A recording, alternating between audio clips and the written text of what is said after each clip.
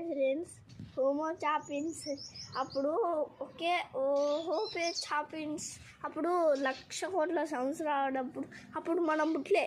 అప్పుడు ఒకేసారి పుట్టినాం. అప్పుడు అడవిలలోనే ఉన్నాం మనం. అప్పుడు చెట్ల మీదనే పండుకున్నాం కోతులాగా.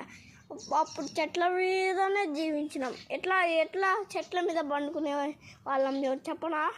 వాళ్ళకి అప్పుడు మనకి దిండులు కాళ్ళు, అప్పుడు బైకులు బిల్డింగ్లు అవన్నీ లేవు.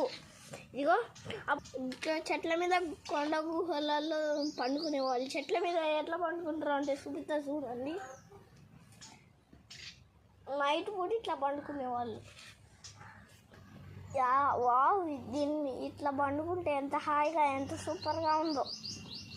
నాకు ఈ ఆసనం పేరు చెప్పు డాడీ, చెప్పు. ఇది కమలాసనం. ఇది కూడా ఒక ఆసనమే. అమ్మ లేవరారి, అమ్మ ఈ పీరిపోతుంది. అబ్బా అమ్మ అమ్మ అమ్మ. చెట్లు ఎక్కడం చాలా కష్టం ఫ్రెండ్స్. సూపర్గా నేర్చుకుంటేనే ఎక్కగలం.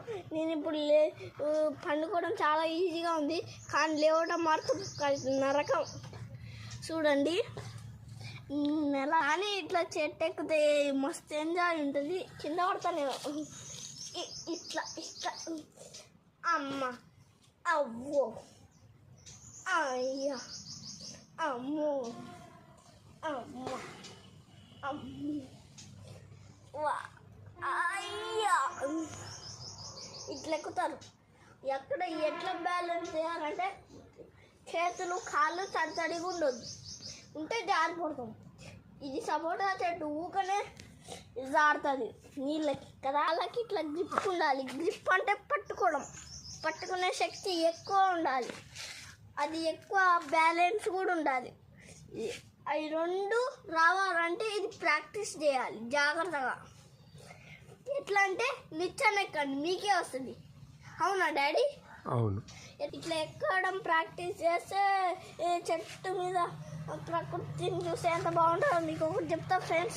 ఏంటంటే మీకు ఈ చెట్టు ఎక్కడం రావాలి, ఈ జాలి అంతా ఎంజాయ్ చేయాలంటే నేను ఒక ట్రిక్ ఫాలో ఒకటి చెప్తా, కానీ చెట్టు ఎక్కొద్దు. ఆ ట్రిక్లో ఏంటంటే నిచ్చెన ఈజీ కదా, చాలా ఈజీ కదా ఎక్కడం.